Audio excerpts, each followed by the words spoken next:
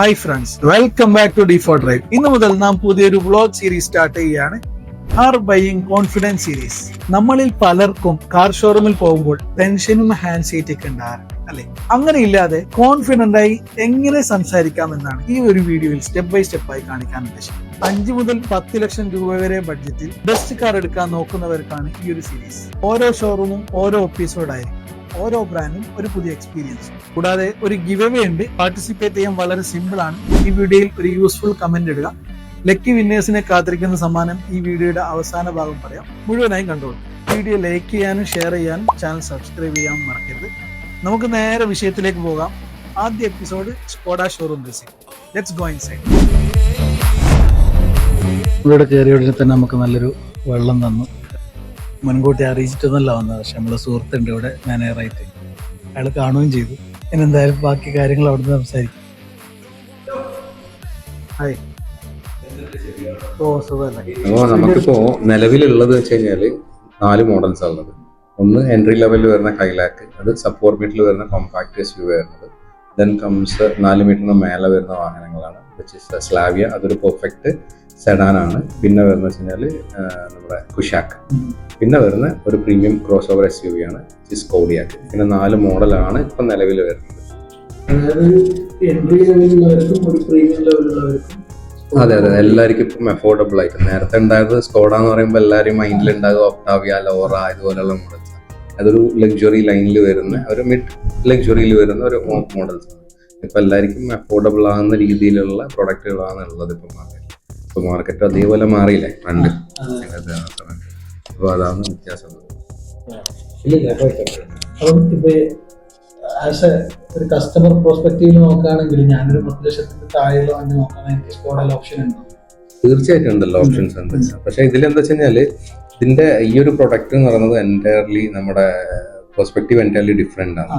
അതിപ്പോ നമ്മളിപ്പോ ഒരു വാഹനം ഇപ്പൊ നിലവിൽ ഇപ്പൊ ഒരു വണ്ടി ഉപയോഗിക്കുന്ന ആളാണെന്നുണ്ടെങ്കിൽ നമുക്ക് അതിൽ കൂടുതൽ എക്സ്പെക്ടേഷൻ ഉണ്ടാവും. എന്റെ വണ്ടിയിൽ ഇനിയിപ്പം ഓൾറെഡി അവർക്കൊരു ഐഡിയ ഉണ്ടാവും. ലെറ്റ്സ് ഒരു സ്വിഫ്റ്റ് VX ഒക്കെ യൂസ് ചെയ്യുന്ന ആൾക്കാരാണെങ്കിൽ ഈ 4 door, power window, AC, power steering ഇത് വരുന്നു. പക്ഷെ ഇതിലേക്ക് വരുന്ന സമയത്ത് നമ്മൾ കൂടുതൽ ഫോക്കസ് ചെയ്യുന്നത് വാഹനത്തിന്റെ ഡ്രൈവബിലിറ്റി, ബിൽഡ് ക്വാളിറ്റി, സേഫ്റ്റി. അത് ഡിപ്പെൻഡ് ആ കസ്റ്റമറുടെ അല്ലെങ്കിൽ എന്താണ് അവരുടെ നീഡ് അനുസരിച്ചിട്ടാണ് നമ്മൾ ഇവിടെ നിന്ന് പിച്ച് ചെയ്യുന്നുണ്ടാവുക. അപ്പം ഇതിൻ്റെ അകത്ത് ഒരു സ്കോഡ എന്ന് പറയുന്ന പ്രോഡക്റ്റ് നോക്കുന്നുണ്ടെങ്കിൽ നിങ്ങൾക്ക് ഈ ഒരു കണ്ടന്റ് ആണ് വണ്ടിൻ്റെ അകത്ത് എക്സ്പെക്ട് ചെയ്യുന്നത്. എന്ന് വെച്ച് കഴിഞ്ഞാൽ ഒന്ന് വാഹനത്തിന്റെ ഡ്രൈവബിലിറ്റി, ദെൻ സേഫ്റ്റി, പിന്നെ ബിൽഡ് ക്വാളിറ്റി. ഇത് 3ആണ് ഇതിന്റെ ഒരു മെയിൻ കണ്ടന്റ് അല്ലെങ്കിൽ കോർ DNA പറയുമല്ലോ, ആ DNA എന്ന് പറയുന്നത്. ആക്ച്വലി ഇത് ഞാൻ പറഞ്ഞ പോലെ തന്നെ ഞാൻ ആക്ച്വലി കൈലാക്ക് ജസ്റ്റ് ഡ്രൈവ് ചെയ്തിരുന്നു. അമേസിംഗ് ആണ് അതിന്റെ ഡ്രൈവിംഗ് എക്സ്പീരിയൻസ്. സ്കോഡാന്റെ ഡ്രൈവിംഗ് എക്സ്പീരിയൻസ് ഡിഫറെൻ്റ് ആണ്. അത് എക്സ്പീരിയൻസ് ചെയ്താൽ മാത്രമേ അത് അറിയുള്ളൂ. നമ്മൾ ജസ്റ്റ് ഒരു കാഴ്ച കൊണ്ട് അറിയില്ല, ഒന്ന് ഫീൽ ചെയ്യണം. അത് പറഞ്ഞ പോയിന്റ് എക്സാക്റ്റ് ആണ്. അത് എനിക്കൊന്ന് ടെസ്റ്റ് ഡ്രൈവ് കൊടുത്തു കഴിഞ്ഞാൽ കസ്റ്റമർ ഓക്കെ ആയിരിക്കും ഓൾമോസ്റ്റ് അല്ലേ? ഓക്കെ ആണല്ലോ, കുറെ എക്സ്പെക്ടേഷൻസ് ഉണ്ടാവും. ഇപ്പോൾ ലെറ്റ്സ് സേ ഫോർ എക്സാമ്പിൾ ഞാൻ ചോദിക്കുകയാണ്, ഇപ്പം നമ്മളിപ്പോൾ ഒരു ലക്ഷറി ബഡ്ജറ്റ് നോക്കുകയാണ്, ഒരു 1 CR ബഡ്ജറ്റ് നോക്കുകയാണ്. അപ്പം ഷഫീഖിന്റെ മൈൻഡിൽ വരുന്ന ബ്രാൻഡുകൾ ഏതൊക്കെയായിരിക്കും? തീർച്ചയായിട്ടും BMW, ബെൻസ്, മിനിമം ആ ലെവലിലായിരിക്കും. ഇതെല്ലാം ജർമ്മൻ മാനുഫാക്ചർ. പക്ഷെ നമ്മളൊരു 10 ലക്ഷം അല്ലെങ്കിൽ 15 ലക്ഷത്തിന്റെ താഴെ പോകുന്ന സമയത്ത് കൂടുതൽ ആൾക്കാരും പ്രിഫർ ചെയ്യുക പറഞ്ഞ പോലെ ജാപ്പാനീസ് അല്ലെങ്കിൽ കൊറിയൻ ബ്രാൻഡുകളാണ്. പക്ഷെ അതിൻ്റെ അകത്തൊരു വ്യത്യസ്തമാണ് നമ്മുടെ സ്കോഡ എന്ന് പറയുന്ന ബ്രാൻഡ്. അതുപോലെ തന്നെ കൈലാക്കിനാണെന്നുണ്ടെങ്കിലും നല്ല ഫീഡ്ബാക്ക് ആണ്. ഓൾമോസ്റ്റ് നമ്മളാണ് ഗ്രൂപ്പിൽ, അതായത് പാൻ ഇന്ത്യയിൽ 1000 വെഹിക്കിൾസ് സെയിൽ ചെയ്തത് വിത്തിൻ ഷോർട്ട് ടൈമിൽ സെയിൽ ചെയ്ത റെക്കോർഡ് ഇട്ടതും TVM ഗ്രൂപ്പാണ്. അതുകൂടാതെ ഇപ്പോൾ 1500 എന്നുള്ള കഴിഞ്ഞ മാസം അത് ബ്രേക്ക് ചെയ്തു ഒരു നമ്പറും. നല്ല രീതിയിൽ ബിസിനസ്സിൽ പോയിക്കൊണ്ടിരിക്കണം. വേറൊരു സ്കോഡയുടെ അഡ്വാൻറ്റേജ് ആകുന്നത് സിംപ്ലി ക്ലവർ എന്നുള്ള ഒരു രീതിയിലാണ് എല്ലാം ഇൻട്രൊഡ്യൂസ് ചെയ്യുന്നത്. നേരത്തെ ഇപ്പോൾ ഉള്ളത് ചെറിയൊരു മാറ്റമാണ്. അതിലാണ് ഞാൻ ഈ പറഞ്ഞ core DNA difference. Simply clever ആയിട്ട് വരുന്ന കുറച്ച് ഫീച്ചേഴ്സ് ഇപ്പോഴും അത് ഇൻക്ലൂഡഡ് ആണ്. പക്ഷെ ഇപ്പം ലെറ്റ്സ് എക്സ്പ്ലോർ എന്നാണ് സ്കോഡ എന്ന് പറയുമ്പോൾ വരുന്നത്. അത് അധികം ഫെമിലിയറായി വന്നിട്ടില്ല. ഓക്കെ, അപ്പോൾ ഇതൊക്കെയാണ് നമ്മൾ ഈ ഒരു ബ്രാൻഡിന്റെ ഒരു ജനറൽ ആയിട്ടുള്ളത്. അപ്പോൾ ആസ് എ കസ്റ്റമർ എൻ്റെ പെർസ്പെക്റ്റീവിലേക്ക് ഒന്ന് വന്നു കഴിഞ്ഞാൽ എനിക്ക് ഏത് വേരിയന്റ് ആണ് നിങ്ങൾ സജസ്റ്റ് ചെയ്തത്? ഇപ്പോൾ കൈലാക്ക് സ്റ്റാർട്ടിംഗ് പ്രൈസ് 7.5 അതെ സ്റ്റാർട്ടിങ്. അപ്പോൾ നമുക്ക് എത്ര എൻ്റെ ഈ ഒരു 10 ലക്ഷത്തിൽ ഈ ഒരു വേരിയന്റ് ആണോ എനിക്ക് അഫോർഡബിൾ ആവുക നെക്സ്റ്റ് വേരിയന്റിലേക്ക്? അതായത് ക്ലാസിക് ഏതാ വേരിയന്റ് വരുന്നത്? ഇതിനകത്ത് ആക്ച്വലി 4 വേരിയന്റ്, കൈലാക്കിൽ 4 വേരിയന്റ് വരുന്നത്. ഒന്ന് classic, manual, classic, signature, signature plus and prestige, ഇങ്ങനെ 4 മോഡൽസ് വരുന്നുണ്ട്. അപ്പോൾ ഇതിൻ്റെ അകത്ത് എൻട്രി ലെവൽ എന്ന് പറഞ്ഞാൽ നമ്മളിപ്പം പറഞ്ഞ പോലെ തന്നെ കൈലാക്ക്, അതായത് നിങ്ങളിപ്പം ഈ പറഞ്ഞ പോലെ തന്നെ ഏതാ സജസ്റ്റ് ചെയ്യാന്ന് വെച്ച് കഴിഞ്ഞാൽ ഇപ്പം നിലവിൽ യൂസ് ചെയ്യുന്ന വണ്ടീൻ്റെ അനുസരിച്ചിട്ട് വേണം നമുക്ക് സജസ്റ്റ് ചെയ്യാൻ. അപ്പോൾ ഡെഫിനറ്റ്ലി നിങ്ങൾ എന്തായാലും നെക്സ്റ്റ് ഒരു വണ്ടി അപ്ഗ്രേഡ് ചെയ്യുന്ന സമയത്ത് കുറച്ചും കൂടി ഫീച്ചേഴ്സ് എന്തായാലും എക്സ്പെക്ട് ചെയ്യും, സെക്കൻഡ് വണ്ടി അല്ലെങ്കിൽ തേർഡ് വണ്ടി നിൽക്കുന്ന സമയത്ത്. അപ്പോൾ ഞാൻ എന്തായാലും ക്ലാസിക്കിനേക്കാളും കൂടുതൽ റെക്കമെൻഡ് ചെയ്യുക, നിങ്ങളെ സംബന്ധിച്ചിടത്തോളം നിങ്ങൾക്ക് സിഗ്നേച്ചർ അല്ലെങ്കിൽ സിഗ്നേച്ചർ പ്ലസിലേക്ക് പോകാം. പക്ഷെ നമ്മളെ പറഞ്ഞ പ്രൈസിൻ്റെ തന്നെ ചെറിയൊരു ഡിഫറൻസ് വരും, but still it's a value for മണി.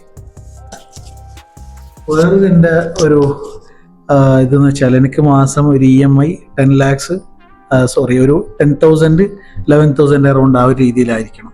അതാണ് എൻ്റെ ഒരു കണ്ടീഷൻ. പിന്നെ ഡൗൺ പേയ്മെന്റ് നമുക്കൊരു അപ് ടു 2 lakhs ആണ് മാക്സിമം. അപ്പം അങ്ങനെയാണെങ്കിൽ ഇതിൽ ഏത് വേരിയന്റ് ആണ്? കാരണം ഇതിൽ ഫിനാൻസ് സ്കീമും കൂടി ഉണ്ടാവില്ലേ? അതിൻ്റെ അകത്ത് ഫിനാൻസിൻ്റെ അകത്ത് എപ്പോഴും ഞാൻ പറഞ്ഞത് നമ്മളത് ഡൗൺ പേയ്മെന്റ് എന്നല്ല, ഇപ്പോൾ വേരിയന്റ് വൈസ് വേരിയന്റ് ചെറിയ വ്യത്യാസം. ഇപ്പോൾ ഒരു ഫിനാൻസ് ചെയ്തെടുക്കുന്നതാണെന്നുണ്ടെങ്കിൽ തന്നെ ഇപ്പോൾ ഒരു 10,000 EMI ഉണ്ടെങ്കിൽ ഇപ്പോൾ സിഗ്നേച്ചർ എടുക്കുവാണെങ്കിൽ ഒരു 2,000 2,500 വ്യത്യാസം വരുള്ളൂ. അത് നിങ്ങൾക്ക് അഫോർഡ് ചെയ്യാൻ പറ്റുന്നുണ്ടെങ്കിൽ ഡെഫിനറ്റ്ലി സിഗ്നേച്ചറിലേക്ക് പോകുന്നതായിരിക്കും നല്ലത്. പിന്നെ 90% ഫണ്ടിങ് അല്ലെങ്കിൽ 95 വെച്ചാൽ ഡിപ്പെൻഡ് ഓൺ കസ്റ്റമറെ പ്രൊഫൈലാണ്. അപ്പോൾ നമ്മളിപ്പം 3 years പ്രോപ്പറായിട്ടുള്ള ITR ഉണ്ടെങ്കിൽ, അതുപോലെ തന്നെ പ്രോപ്പറായിട്ടുള്ള ഫിനാൻഷ്യൽ റെക്കോർഡ്, സിബിൽ സ്കോർ, അതുപോലെ തന്നെ ക്രെഡിറ്റ് കാർഡിൻ്റെ ഒക്കെ ക്ലിയർ ആണെന്നുണ്ടെങ്കിൽ നിലവിലുള്ള ലോണും എക്സ്പെൻസും നോക്കും, അതായത് എക്സ്പെൻസും വരവും നോക്കും. അതിനനുസരിച്ചിട്ടുള്ളതാണെന്നുണ്ടെങ്കിൽ നമുക്ക് പറഞ്ഞ പോലെ തന്നെ 95% നല്ലൊരു സ്കീമിൽ തന്നെ നമുക്ക് ആഡ് ചെയ്യാൻ വേണ്ടി പറ്റും, ബാങ്ക് തന്നെ ചെയ്യാൻ വേണ്ടി പറ്റും. അതനുസരിച്ച് ഒരു കൺക്ലൂഷൻ പറഞ്ഞു കഴിഞ്ഞാൽ എനിക്കിപ്പോൾ കൈലാക്കിൻ്റെ ഈ രണ്ടിന് ഏതെങ്കിലും ഒരു വേരിയന്റ് എനിക്ക് സെലക്ട് ചെയ്യാൻ വേണ്ടിയിട്ട് നിലവിൽ ഓപ്ഷൻ ഉണ്ട്. അതായത് എൻ്റെ ഒരു ബഡ്ജറ്റ് ലിമിറ്റഡ് ആക്കി വെക്കുകയാണെങ്കിൽ പോലും ലിമിറ്റഡ് അല്ല, നിങ്ങൾ ചൂസ് ചെയ്യുന്ന പോലെ ഇരിക്കുന്നു. വണ്ടി ഓൾറെഡി ഡ്രൈവ് ചെയ്യുമ്പോൾ ഡെഫിനറ്റ്ലി നമ്മളൊരു മാർക്കറ്റിൽ സാധനം മേടിക്കാൻ പോകുമ്പോൾ ഒന്നിക്കൽ നമ്മളൊരു 10 രൂപ വെച്ചിട്ടുണ്ടെങ്കിൽ ഒന്നിക്കൽ നമ്മൾ 8 രൂപ അല്ലെ 5 രൂപ 6 രൂപ അല്ലെങ്കിൽ അതിനേക്കാൾ ഒരു 2-3 രൂപ കൂടുതലായിട്ട് മേടിക്കും. അപ്പോൾ ഇത് വണ്ടി പ്രൊഡക്റ്റ് എക്സ്പീരിയൻസ് ചെയ്തതിന് ശേഷം വേണം നമുക്ക് എങ്ങനെയാണെന്നുള്ള ഒരു കൺക്ലൂഷനിൽ എത്താൻ വേണ്ടിയിട്ട്. സോ വൺസ് നമുക്കൊരു പ്രൊഡക്റ്റ് ഇഷ്ടപ്പെട്ട് കഴിഞ്ഞാൽ ഡെഫിനറ്റ്ലി നമ്മൾ ട്രൈ ചെയ്യും, നോക്കാം, അല്ലെങ്കിൽ ഇതാക്കാൻ നല്ലത്. അപ്പോൾ ആദ്യം ഒന്ന് ഡ്രൈവും കാര്യങ്ങളൊക്കെ ചെയ്തിട്ട് ഒന്ന് വണ്ടി ഒന്ന് എക്സ്പീരിയൻസ് ചെയ്യും.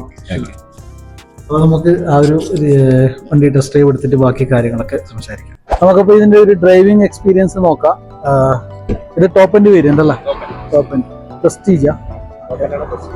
നമുക്ക് ഇതിൽ വരുന്നത് ക്ലാസിക് സെക്കൻഡ് ഓപ്ഷന്. നമുക്ക് 4 ഓപ്ഷൻസ് ആണ്. ക്ലാസിക് ആണ് ബേസ്, പിന്നെ signature plus, prestige top end അല്ലേ? ഇതിലെല്ലാ ഫീച്ചേഴ്സും ലോഡഡ് ആണ്. ഇപ്പൊ നമ്മൾ ഡ്രൈവ് ചെയ്യുന്ന ടോപ്പ് എൻഡ് വേരിയന്റ് അല്ലേ? ഇത് ടോപ്പ് എൻഡ് വേരിയന്റ്. ഇതിന്റെ ഇതിനെത്ര റേറ്റ് ഓൺ റോഡ് വരുന്നത്? നമുക്കിതിന് 15 അടുത്ത് വരുന്നുണ്ട്. എക്സാക്ട് പറയുകയാണെങ്കിൽ 14 സംതിങ് ആണ്, 15 വരുന്നുണ്ടോ?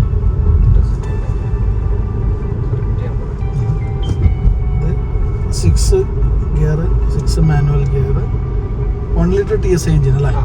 എത്ര? 14,61,090.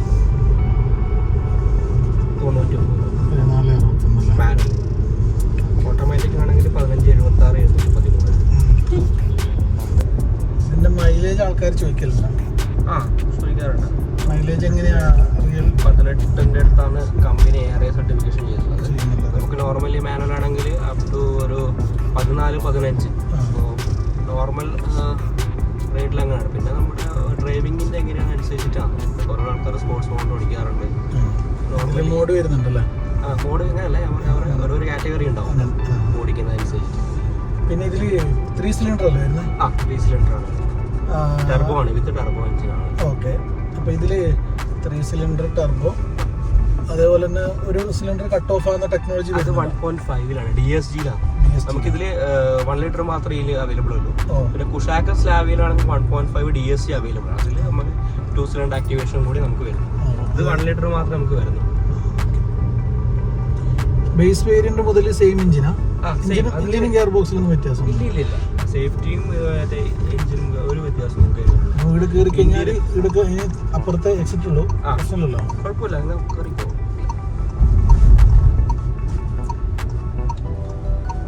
ശരിക്കും നല്ലൊരു ഡ്രൈവിംഗ് കൂടുതൽ ഫീച്ചേഴ്സ് നമ്മൾ ഇതിൽ ആഡ് ഓൺ കൊടുക്കൂല, കംഫർട്ടബിൾ ആണ് മെയിൻലി. അതായത് സ്കോഡ എയിം ചെയ്യുന്നത് നല്ലൊരു driving experience, comfort and comfort.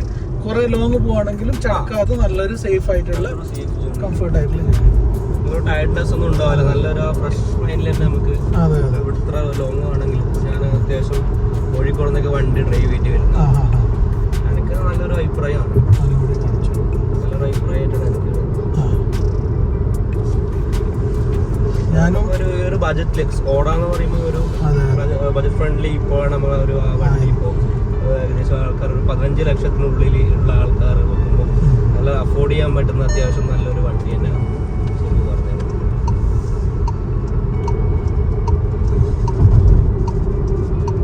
ഇനി കൂടുതലും ആൾക്കാർ എനിക്ക് തോന്നുന്നു ഫ്യൂച്ചറിൽ നമ്മൾ ഈ റോഡെല്ലാം ഡെവലപ്പ് ആയതുകൊണ്ട് തന്നെ ഇങ്ങനെയുള്ള ബ്രാൻഡ് കുറച്ചും കൂടി നോക്കും തീർച്ചയായും. ഇപ്പോഴേ നോക്കാൻ തുടങ്ങിയിട്ടാ ആൾക്കാരിപ്പോൾ. പിന്നെ നമ്മുടെ കാസർഗോട്ടുകാരനാണ് അതിന്റെ കൈലാക്കുന്നൊരു പേരിട്ട് തന്നെ. അതെ സിയാദ്. അതെ സിയാദ് ഉസ്താദ്. ആ വണ്ടി നമ്മളെ സ്റ്റുഡിയോ ആണ് സെറാമിക് ചെയ്തത്. ഓക്കെ. ഇപ്പോൾ നല്ല കോണ്ടാക്ട് കിട്ടും, എന്തെങ്കിലും ഉണ്ടെങ്കിൽ എന്നെ ശരി എന്തെങ്കിലും എന്നെ പെട്ടെന്ന് വിളിക്കും അല്ലേ? അപ്പോൾ എന്തെങ്കിലും ആവശ്യം ഉണ്ടെങ്കിൽ എന്നെ കോണ്ടാക്ട് ചെയ്യാറുണ്ട്. ഇപ്പം രജിസ്ട്രേഷനും കാര്യങ്ങളൊക്കെ എല്ലാം നമ്മൾ തന്നെയാണ് ചെയ്തത്. നല്ലൊരു സപ്പോർട്ടീവ് ആയിട്ടുണ്ട്.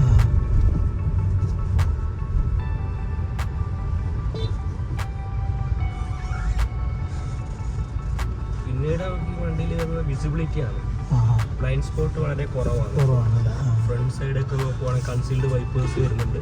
അതുപോലെ പില്ലറ് വളവ് ഒരു വളക്കുമ്പോഴും നമുക്ക് ആ ഒരു വിസിബിലിറ്റി, ഒരു സെക്യൂർ ഫീൽ ഉണ്ട്. അത് ഒരു വെയിറ്റ് ഫീൽ ചെയ്യുന്നുണ്ട്. ഇവിടുത്തെ റോഡ് കാര്യങ്ങളൊക്കെ റെഡി ആകുമ്പോൾ വണ്ടിക്ക് അത്യാവശ്യം നല്ല വെയിറ്റ് വേണം. ഇതിന്റെ ഒരു നെഗറ്റീവായിട്ട് ആൾക്കാർ എന്താ പറയാറ്? നെഗറ്റീവായിട്ട് വെച്ചെങ്കിൽ ആൾക്കാർക്ക് സർവീസ് എന്ന് പറയുമ്പോൾ ഒരു ടെൻഷൻ ഉണ്ട്. പക്ഷെ ഇപ്പൊ പെട്രോൾ എഞ്ചിൻ ആയതുകൊണ്ട് നമുക്ക് ആ ഒരു മെയിൻ്റെനൻസ് വളരെ കുറവാണ്. സർവീസ് ഇന്റർവെല്ലിൽ എങ്ങനെയാ വരുന്നത്? 15,000 കിലോമീറ്റർ അല്ലെങ്കിൽ ഒരു വർഷം ഇതായിട്ടാണ് വരുന്നത്. പിന്നെ വെച്ചെങ്കിൽ നമ്മൾ നോർമലി മറ്റു വണ്ടികളാണെങ്കിൽ 1000, 5000, 10,000 ആണ്. പക്ഷെ നമ്മളെ സംബന്ധിച്ച് നമുക്ക് വരുന്നത് 15,000 കിലോമീറ്റർ. വെച്ചെങ്കിൽ 2-3 പ്രാവശ്യം ഒരാൾ സർവീസിന് പോകുമ്പോൾ അത്യാവശ്യം നല്ലൊരു ഫ്യൂവൽ എക്സ്പെൻസ് ചെയ്യുന്നു. നമ്മളിതാകുമ്പോൾ സർവീസ് എന്ന് പറയുമ്പോൾ ഒരു വർഷത്തേക്കാണ്. അതായത് 3 വട്ടം ചെയ്യേണ്ട സർവീസ് 2 വട്ടം ചെയ്താൽ മതി. വേണ്ട, ഒരു വട്ടം ചെയ്താൽ മതി നമുക്ക്. അതായത് 5,000, 10,000 അങ്ങനെ അല്ല, നമുക്ക് ഡയറക്റ്റ് വണ്ടി എടുത്തു കഴിഞ്ഞാൽ 15,000 കിലോമീറ്റർ. അതായത് ഞാൻ ഉദ്ദേശിച്ചത് സാധാരണ ചില വണ്ടികൾ ആദ്യം 1000-ലുണ്ടാവും, പിന്നെ ഇതിനില്ല. ചിലപ്പോൾ അവിടെ 6 മാസം ചെക്കപ്പ് ഉണ്ടെങ്കിൽ ചെയ്താൽ മതി. നോർമലി കമ്പനി പറയുന്നത് 1 ഇയർ സർവീസ് ആണ്. പിന്നെ അതേപോലെ തന്നെ ഈ സർവീസിന് 15,000 കിലോമീറ്ററിലാണല്ലോ, ആവറേജ് എത്ര വരും? നമുക്കൊരു 6,000 അതിന്റെ ഉള്ളിലേ വരത്തുള്ളൂ. കുറച്ച് സ്പീഡ് എടുക്കട്ടോ. ഒരു ഹെക്ടിക് ആയിട്ട് വരുന്നില്ല. എത്ര പറഞ്ഞ എമൗണ്ട്? 6,000 ആ ഒരു റേഞ്ചിലേ വരുന്നുള്ളൂ. അത് 1 ഇയറിലാണ്. നോർമലി നിങ്ങൾ 3 പ്രാവശ്യം വണ്ടി എടുക്കുമ്പോൾ ഒരു 500 രൂപീസിന്റെ എണ്ണമാണ് നോർമലി. 3 പ്രാവശ്യം ആകുമ്പോൾ 1,500 ആയി. അതായത് ശരിക്കും 10,000-ലാണെങ്കിൽ 4,000 രൂപ അടുപ്പിച്ച് അങ്ങനെ വരും. ഒരു ചെറിയൊരു കോസ്റ്റ് വരുന്നുള്ളൂ.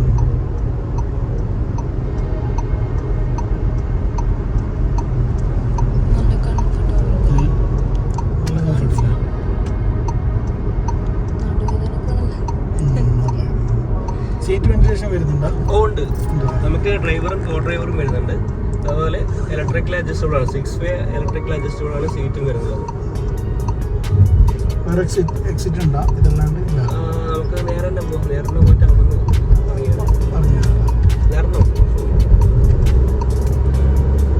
നിങ്ങൾ എത്ര വർഷമായി സ്കോഡിൽ? ഞാൻ ഇവിടെ തുടക്കം മുതൽ 10 month ആയി സ്റ്റാർട്ട് ചെയ്യുന്നത്. പേരെന്ത് പറഞ്ഞാൽ? അഭിലാഷ്. വിനാച്ചല.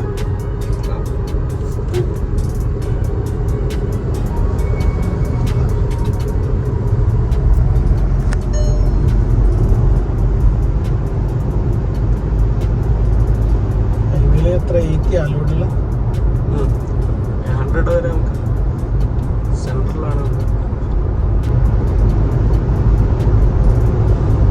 എന്താ വിഷയം എന്ന് വെച്ചാൽ ഈ സേഫ് ആയിട്ടുള്ള വണ്ടിയാ പോകുന്നത്. നമ്മൾ വണ്ടി ഡ്രൈവ് ചെയ്യുന്ന സമയത്ത് എത്ര സ്പീഡിലും പോവാം.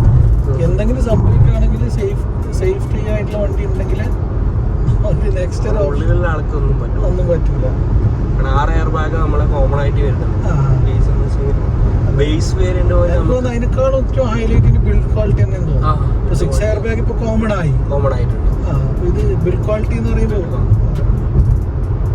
സ്റ്റിയറിംഗും നല്ലൊരു ആക്സസ്ബിൾ ആണ്, നല്ലൊരു സ്മൂത്ത്. അതായത് ഒരുപാട് ഫാൻസി ഫീച്ചേഴ്സ് ഒന്നും വലിയ എക്സ്പെക്ട് ചെയ്യരുത്. നല്ലൊരു ഡ്രൈവബിലിറ്റി, കംഫർട്ട്, സേഫ്റ്റി, ഈ മൂന്നെണ്ണയാണ് നമ്മുടെ. ഈ മൂന്നാണെന്നുണ്ടെങ്കിൽ സ്കോഡ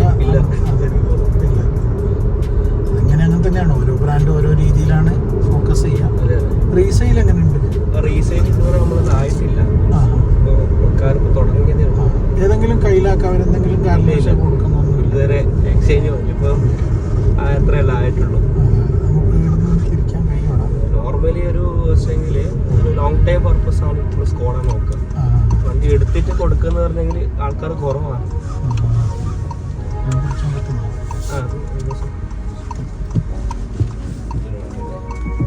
പ്രസ്സിംഗ് അല്ല, പ്രസ് ചെയ്തിട്ടുണ്ട്.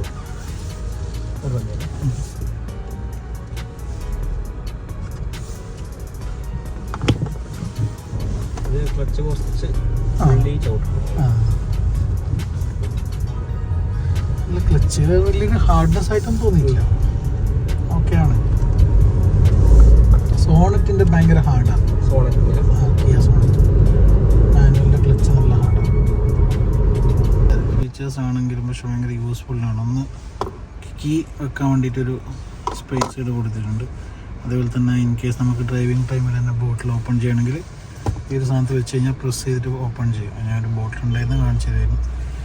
പിന്നെ ബാക്കിയൊക്കെ വളരെ സിമ്പിളായിട്ട് എന്നാൽ വളരെ ഈസി ടു യൂസ് എന്നുള്ള രീതിയിലുള്ള ഫീച്ചേഴ്സാണല്ലോ. ടച്ച് സ്ക്രീനുള്ള നല്ല രസമുണ്ട്. വയർലെസ് ആൻഡ്രോയിഡ് ഓട്ടോ, ആപ്പിൾ കാർപ്ലേയിലും വരുന്ന സിസ്റ്റം ആണല്ലോടാ. ഇൻസ്ട്രുമെന്റ് ക്ലസ്റ്റർ എനിക്ക് തോന്നുന്നു ചെറിയ രീതിയിൽ ഡിസൈൻ മാറ്റം വരുത്താമല്ലോ ഇതിൽ. നമുക്ക് 2 ടൈപ്പിലൊന്ന് റൗണ്ടിലും ചെയ്യാൻ പറ്റും. ഫംഗ്ഷൻ ടെലസ്കോപ്പ് തന്നെയാണ് വരുന്നത്. അത് സ്റ്റാർട്ടിംഗ് ഓപ്ഷൻ മുതൽ തന്നെ വരുന്നുണ്ടല്ലേ. പിന്നെ വെച്ചാൽ നമ്മൾ ബേസ് മുതൽ തന്നെ നമുക്ക് സീറ്റ് അഡ്ജസ്റ്റ്മെന്റ് വരുന്നുണ്ട്. മാനുവൽ അല്ലേ? മാനുവൽ എല്ലാത്തിലും. മറ്റേ ടോപ്പിലാകുമ്പോൾ 6 വേ ഇലക്ട്രിക്കലി അഡ്ജസ്റ്റ് അല്ല, 6 വേ അല്ലല്ലേ? Front, back, up, down, slide. ഇതുപോലെ തന്നെ ഇതിന്റെ ഹെഡ് ലാമ്പിന്റെ ഒരു control, auto head lamp, corner function വരുന്നുണ്ട്. ഓട്ടോ വൈപ്പേഴ്സ് വരുന്നുണ്ട്. പിന്നെ റിയർ വൈപ്പർ ആൻഡ് വാഷർ വരുന്നുണ്ട്. യൂസ് ചെയ്യുന്നില്ലെങ്കിൽ അത് സെയിം അതേ ഡയറക്ഷനിൽ തന്നെ ആയിട്ട് നിൽക്കും. ഇവിടെ കീപ്പ് ചെയ്യുന്നത് താഴെട്ട് ചിലപ്പോൾ കട്ടാവാനും കാര്യങ്ങളൊക്കെ. പിന്നെ 60-40 ഫ്ലിപ്പബിൾ ആണ്. ഇത് കറക്റ്റ് ഇട പോയി നിന്നോ? കറക്റ്റ് നിൽക്കും.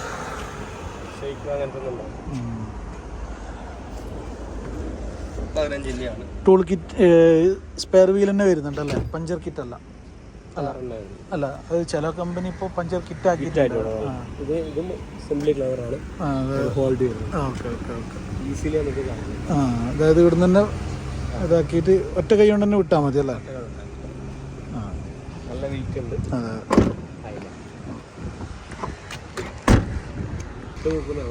അതുകൊണ്ടാണ് ഈ ഒരു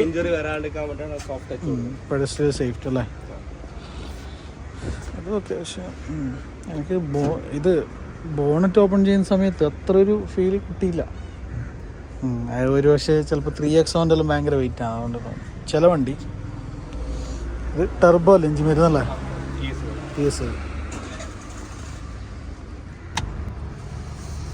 അപ്പോൾ ഇതൊക്കെയാണ് സ്കോഡ കൈലാക്കിന്റെ വിശേഷങ്ങൾ. ഗിവ് അവേ വിന്നേഴ്സിന് താഴെ പറയുന്ന ഗാഡ്ജറ്റിൽ നിന്ന് ഇഷ്ടമുള്ള ഒന്ന് തിരഞ്ഞെടുക്കാം. Portable vacuum cleaner, car tyre inflator, perfume diffuser. So comment ചെയ്യൂ, പാർട്ടിസിപ്പേറ്റ് ചെയ്യൂ. നെക്സ്റ്റ് എപ്പിസോഡിൽ വീണ്ടും കാണാം. ബൈ.